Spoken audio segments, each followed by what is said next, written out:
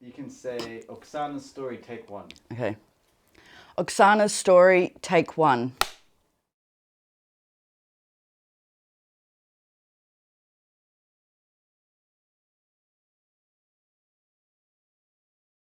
Hi, my name is Oksana Rennie. I was born in 1991 and adopted from Smolensk in Russia in 1996. My parents had been reading a newspaper article about adopting kids from Russia and had decided to go over there to adopt someone. I was originally born in a small village called Vicino, but I had been placed into the children's home of Smolensk. My earliest memories in the orphanage were that it was very cold, lots of snow, but also very beautiful. I actually remember the day of being adopted because everyone in the orphanage was really excited and really happy, and they put me in my best outfit and did my hair and just made a really big deal about it.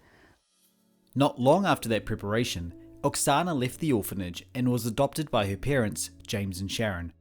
She was 5.5 years old when she came to New Zealand and was raised here in Christchurch, where I'm meeting her today.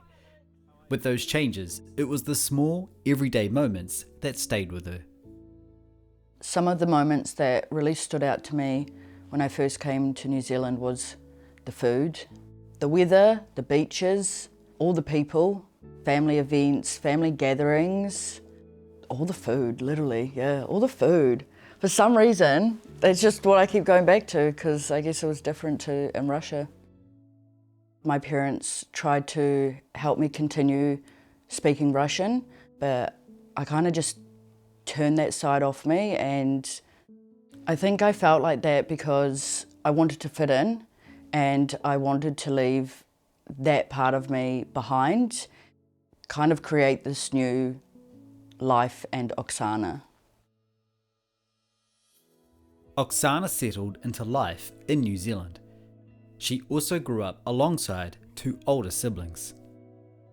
I have two siblings here that are Kiwis, a brother and a sister, both older than me, Natasha and Kyle. I feel like I did fit in with my siblings, however, I did also feel like I was different, obviously because I look different, have a different name. There's quite an age gap between us all. That feeling for Oksana came from questions of identity. At home, her family were always open about her beginnings. For her sister Natasha, those early years is something she still remembers clearly. I remember how quickly Oksana learnt English, so because at the beginning it was quite difficult, the communication barrier, but it was probably about 4 weeks and she was speaking English pretty fluently and able to talk to us more, and yeah, from then on it was just like having another sibling. She was shy and quiet and soon to be my sister. I felt there was some connection. It's only now that I'm older and look back how grateful that Oksana has become part of our family. For Oksana, the support of her parents and siblings has always mattered. That support was always there, alongside her own experiences growing up. I first understood about my adoption and being adopted from the age of 6. My parents went through all my documents with me, showed me photos, and kept informing me until I could understand what adoption was. Because I feel like I've always known, but I didn't actually really understand it until I was older. I think that adoption shaped my childhood, especially in the form of behavioural issues, abandonment issues. Those are things that people don't often think about with adopted people, like the fear of rejection and fear of abandonment, your family being taken away or friends or anything you might own. And I think that comes from being adopted. During my teenage years, I had no interest in my Russian culture or heritage, and I did everything possible to disconnect from that side of me. I think I wanted to push it away because I didn't want to deal with the emotions and feelings that came with it. For a long time, pushing that part of her identity away felt easier. As she moved into adulthood, Oksana built a life of her own. Today, She runs her own salon, a career she's passionate about. What I enjoy most about my work now is making people happy, seeing the smile on their face, being able to give them the safe space, creating the vision and the look that they want, but most of all being able to listen to them and support them in whatever way they may need. In giving others a space to feel safe, Oksana still carried her own unanswered questions. That part of her story she once set aside was still there. And in her early 30s, after becoming a mother, that curiosity about her birth family began to grow. It wasn't until I think I was about 31 or 32, all of a sudden I just had this sudden interest and I was like, I need to find them now. If there's any time, now is the time. Due to my son getting older, I felt like I needed to find that connection that he has with me. Yeah, I feel like it was important for him to know to some degree, considering he is half Russian as well, and it would be cool to tell him about his own heritage. That moment marked the beginning of looking for answers. When I was finally interested in finding out history of my birth family, I made a video because I thought the world of social media could help me. However, I had no names or details of any parents. The only thing that was in my adoption information was that I had a single mother that was deprived of her parental rights. When I started my search, the one question I wanted to know why I was given up for adoption and put into an orphanage. When I told my parents that I had decided to search for my birth family, they were extremely happy, as they have always encouraged me before even I wanted to, so they were really, really happy for me.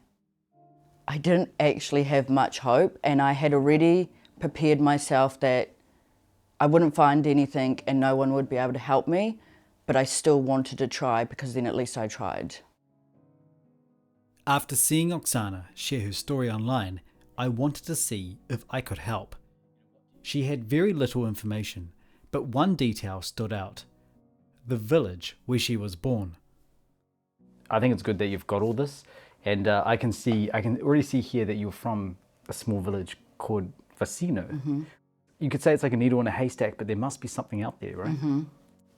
I think just trying is what makes me happy, and regardless of what you can or can't find will be really great. 100%. Well, I hope that I can help you. Thank you. I feel like for me, learning about my birth family was going to be closure because I was convinced I had no family. I took some time to look more closely at what Oksana already had, and slowly a few pieces began to come together. I was able to track down some information on your birth family. Mm-hmm.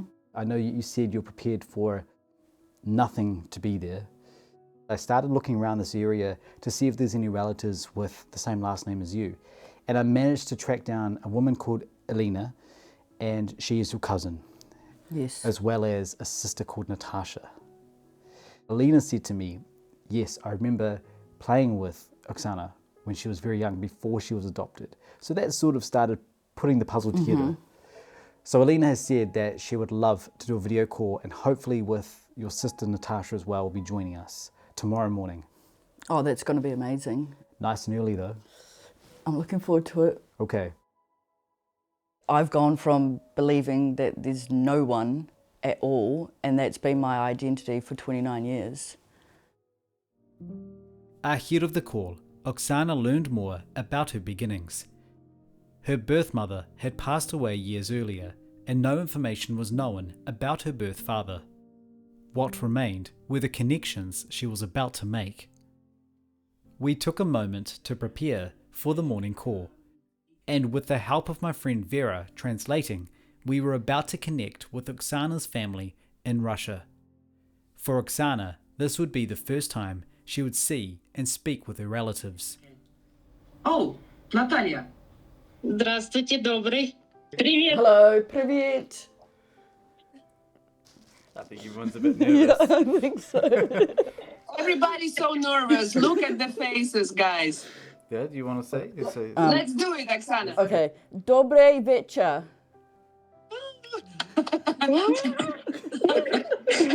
Спасибо. Молодец, очень хорошо. Елena asked Oksana how she feel, how she feel now. Nervous. Yelena told that don't be nervous, Oksana, because it's a little and small, tiny family now meeting. And if something happened, we can be together and can support each other. That's nice. Очень приятно. Спасибо. Thank you. Yes, Yelena said thank you. My life is good here. I have good parents and I have a brother and a sister here. I have a 10-year-old son and I'm a hairdresser. I like it here. It's warm in the summer, cold in the winter, but not as cold as Russia. She can't speak, you know. She full of emotions about.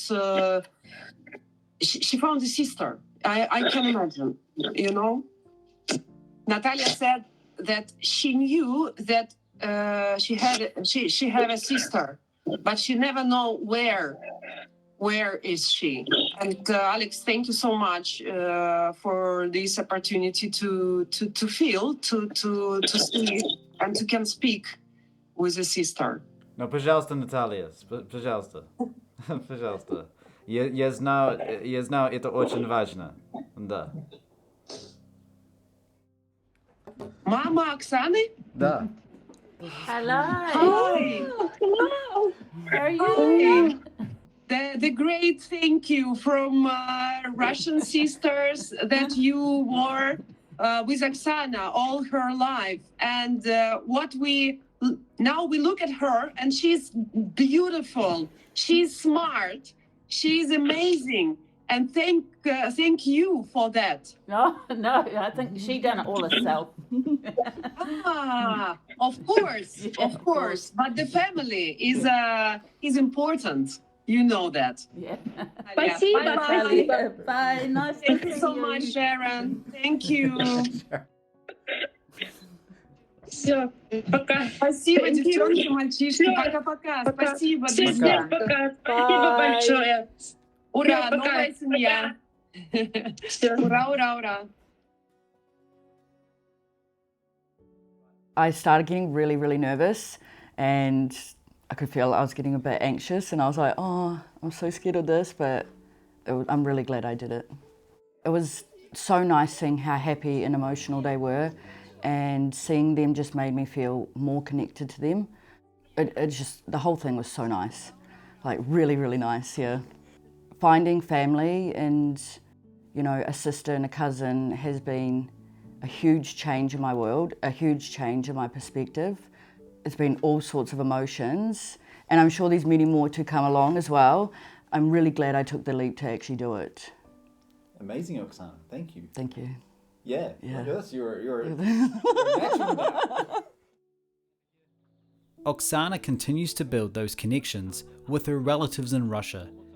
Now, she is learning more about what happened with her birth mother all those years ago, helping to answer those questions she has carried quietly for most of her life. Those answers are not just for her, but for her son as well. Home is here in New Zealand, but Russia will always be part of where her story began. For Oksana, this chapter is only the beginning. Wait, what's me to do? Big smile, ready? Okay. Nazivut Oksana. Menazavut. Okay. Nazivut Oksana. Okay. Menazavut Oksana. Это моя история. I just want to say a huge thank you to you, Oksana, for sharing your story as part of my An Adoption Story series. And also to all my viewers, thank you all again for tuning in to another episode right here on my YouTube channel. Your support, your feedback, everything, it truly means the world to me. Now with this series, I'm doing all the filming, editing, all of the production all by myself. And if you'd like to contribute, I've set up a YouTube membership, which you can see below by clicking join. You can also check out my Patreon, which is in the description below. Honestly, your support, everything really means the world to me. And I'm looking forward to sharing more stories for 2026. Thank you all so much.